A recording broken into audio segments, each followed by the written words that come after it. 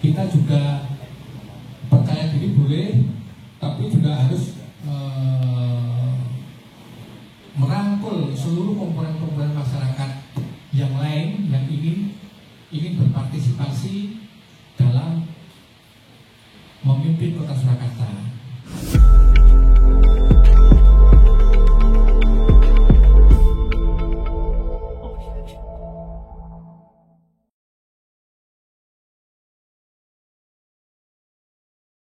Sudah membentuk tim pemenangan kepada Pak Kasno, saya yang ditugaskan sebagai tim pemenangan penjaringan bakal calon kepala daerah dari wali kota dan wakil wali kota Kota Surakarta sesuai dengan instruksi DPP nomor 6027 garis miring IN garis miring DPP garis miring Romawi 3 garis miring 2024.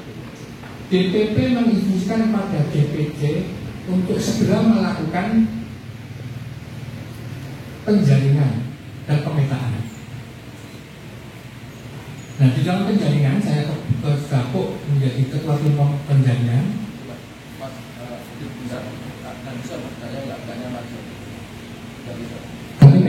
Atau itunya diulangi. Ditugaskan oleh DPC partai untuk segera melaksanakan penjaringan bakal calon kepala daerah. Dalam hal ini wali kota dan wakil wali kota Kota Surakarta yang akan diselenggarakan bulan November. Nah, perlu kami menyampaikan kepada teman-teman bahwa PDI Perjuangan adalah partai yang terbuka, partai yang populis, akan memberi kesempatan kepada seluruh warga masyarakat Kota Surakarta, baik di luar Surakarta juga. Kami melakukan penjaringan secara internal dan eksternal. Artinya internal itu nanti kader-kader PDI Perjuangan sendiri boleh mendaftarkan, dan juga eksternal diberi kesempatan untuk melaksanakan atau mendaftar sebagai bakal calon kepala daerah. Dengan harapan PDI Perjuangan nanti calon-calon itu bisa mengaktualisasi kemampuannya, maksud dan tujuannya membangun Kota Surakarta, tentu dengan harapan ideologis bisa merangkul semua komponen-komponen masyarakat Kota Surakarta untuk bersama-sama bergotong royong menjadi leader membangun Kota Surakarta. Nah, pelaksanaan penjaringan akan kami buka setelah instruksi ini atau rapat ini dilaksanakan, diumumkan. Berarti besok sudah boleh mendaftarkan sampai tanggal 14 Mei pukul 24. Karena tanggal 31 Mei DPC harus segera melaporkan hasil penjaringan bakal calon wali kota dan wakil wali kota kepada DPP partai. Kenapa sampai tanggal 24? Karena DPC perlu memverifikasi hasil data berkas yang masuk ke DPC partai untuk kita verifikasi bersama-sama dengan tim. Kemudian yang sudah komplit nanti dilaporkan kepada DPP partai. Itu satu. Yang kedua, memberi kesempatan pada warga yang lain, penduduk yang lain. Ada internal, ada juga eksternal. Maka silakan yang ingin mendaftarkan lewat PDI Perjuangan, kita juga akan mengakomodir tentu mungkin saja dari partai politik lain juga berminat lewat PDI Perjuangan. Ini kita tampung bersama-sama.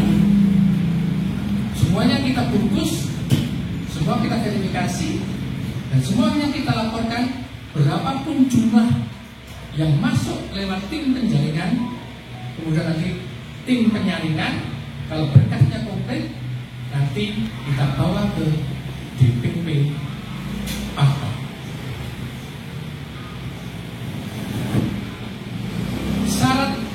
Syarat yang lain, saya rasa tidak rumit. Kalau internal ya harus ber-KTA PDI Perjuangan. Kemudian batas waktu dia mengikuti atau sebagai kader partai bukan menjadi pertimbangan, tapi menjadi masukan. Kalau dari partai yang lain silakan. Tentu kalau mereka datang ber-KTA PDI Perjuangan ya harus mengisi belangko sesuai yang disiapkan oleh panitia penjaringan. Sedangkan batas usia calon kita ikuti PKPU, bakal calon itu nanti kita ikuti sesuai dengan PKPU. Kalau wali kota biasanya 25 tahun paling muda. Ini teman-teman informasi singkat terkait dengan penjaringan bakal calon kepala daerah, wali kota dan wakil wali kota Kota Surakarta, yang pasti setelah ini kita sosialisasikan, dinamika akan menjadi lebih menarik. Kita Pak Jayanti, jadi kenapa masih pakai jalur eksternal?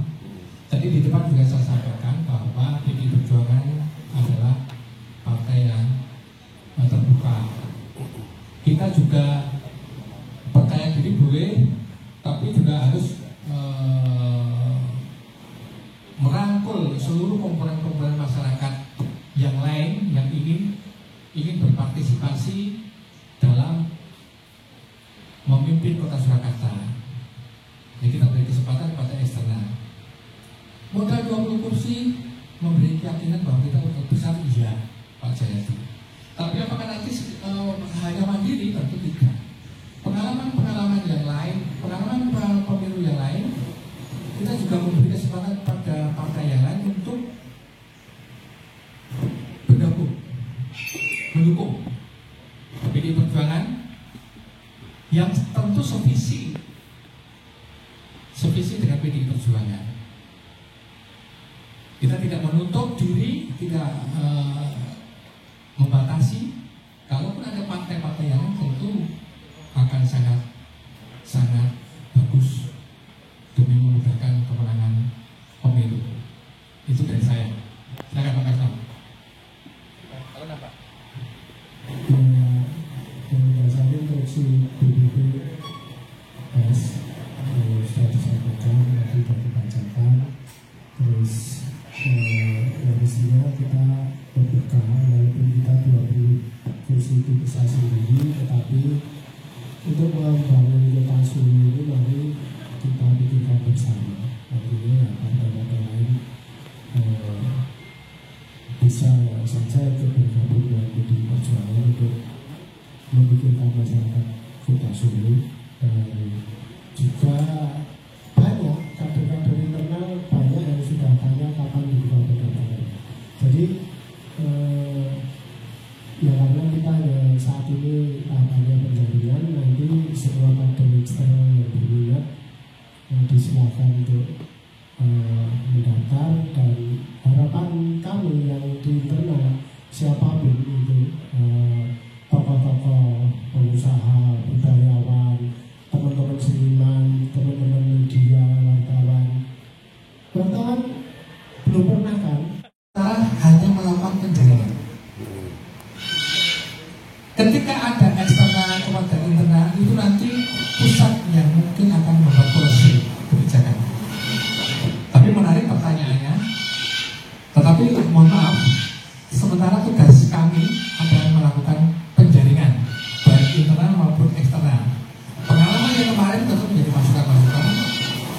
itulah nanti akan kita laporkan kepada DPP hasil penjaringan. Ada yang internal, apakah ada yang eksternal dari partai apa? Ya kita borong semua yang sama. Begitu Pak, terima kasih. Proses penjaringan kedepannya pasti akan diikuti dengan proses penyaringan. Di dalam proses itu ada beberapa hal yang akan menjadi pertimbangan. Di antaranya partisipasi publik, masukan-masukan dari publik. Kemudian yang kedua sesuai yang penjenengan tanyakan, survei. Nah, untuk survei ini kita akan mencari lembaga survei yang punya integritas tinggi, punya kejujuran, dan memang benar-benar itu apa adanya, tanpa sebuah rekayasa dan sebagainya. Ini nanti akan digodok, ya. Jadi tidak hanya berhenti pada penjaringan, enggak, ya, tidak berhenti pada siapa yang masuk kemudian kita tentukan, enggak. Kita mencari masukan